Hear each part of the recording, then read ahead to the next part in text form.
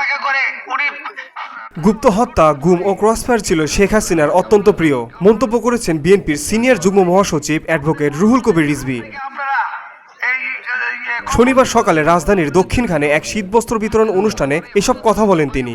উনার লোকজন যেটা ইচ্ছা সেটা করছে, কারো বাড়ি দখল করছে, কারো জায়গা দখল করছে, কারো জমি দখল করছে, ব্যাংক দখল করছে, ব্যাংকের টাকা লুট করছে, সেই লুটের টাকা আবার দেশের বাইরে পাচার করছে। এর বিরুদ্ধে কোনো কথা বলা যাবে না। এর বিরুদ্ধে কথা বললেই শেখ হাসিনা অসন্তুষ্ট। তার পরিণতি তিনি 3টা কাজ করেছেন খুব ভয়ঙ্কর রকমের। একটা হচ্ছে গুপ্ত হত্যা, আর একটা হচ্ছে গুম, আর একটা হচ্ছে ক্রস ফায়ার। এই 3টা জিনিস চালিয়েছেন যে তার অবৈধ ক্ষমতাকে টিকিয়ে রাখার। শেখ হাসিনা শুধু তার গদিকে আঁকড়ে রাখার জন্য মানুষকে মানুষ মনে করেননি। উল্লেখ করে অ্যাডভোকেট রুহুল কবির রিজভী বলেন, হামলা মামলা ছাড়াও নির্বিচারে গুলি করতে দ্বিধাবোধ করেননি শেখ হাসিনা। শেখ হাসিনা এমন পাষণ্ড স্বৈরাচার, শুধু তার গদিকে আঁকড়ে রাখার জন্য, ক্ষমতায় থাকার জন্য ও মানুষকে মানুষ মনে করেনি। ও মনে করেছে যে তার বিরুদ্ধে কথা বলবে সেই হচ্ছে পাপী, অতএব তার পৃথিবীতে বেঁচে থাকার কোনো অধিকার নাই। সুতরাং সে শুধু হামলা মামলায় ব্যবহার করেনি, নির্বিচারে গুলি চালাতেও দ্বিধা করেনি তার পোষ্য আইন শৃঙ্খলা বাহিনী। শেখ হাসিনা মনে করত যে তার বিরুদ্ধে কথা বলা পাপ। যারা গণতন্ত্রের পক্ষে কথা বলতে গেছে তাদের অনেককে হত্যা করে নদী নালা খাল বিলে ফেলে দিয়েছে, উল্লেখ করেছেন অ্যাডভোকেট রুহুল কবির রিজভী। যারা গণতন্ত্রের পক্ষে কথা বলতে গেছেন এই সমস্ত অনেক তরুণকে হত্যা করে নদী নালা খাল বিলের সামনে তার লাশ ফেলে রাখা হয়েছে।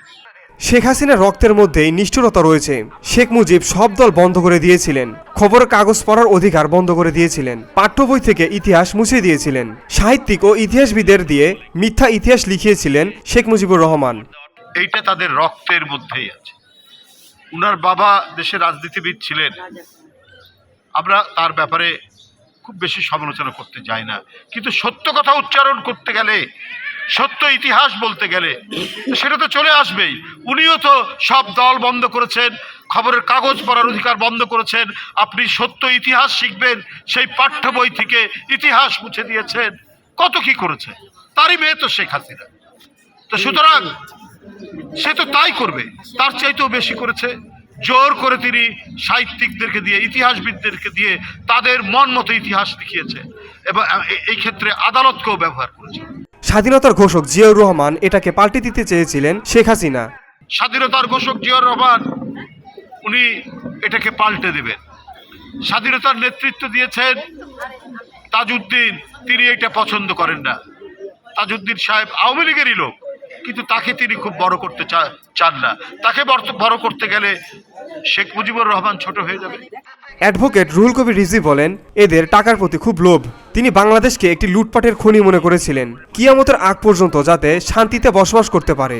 জনাব কফিলউদ্দিনের উদ্যোগে উক্ত অনুষ্ঠানে ঢাকা মহানগর উত্তর বিএনপির যুগ্ম আহ্বায়ক এম রফিক উদ্দিন আহমেদের সৌজন্যে 2 শতাধিক অসহায় দুস্থ মানুষের মাঝে শীতবস্ত্র বিতরণ করা হয়। এ সময় স্থানীয় অন্যান্য নেতৃবৃন্দ উপস্থিত ছিলেন।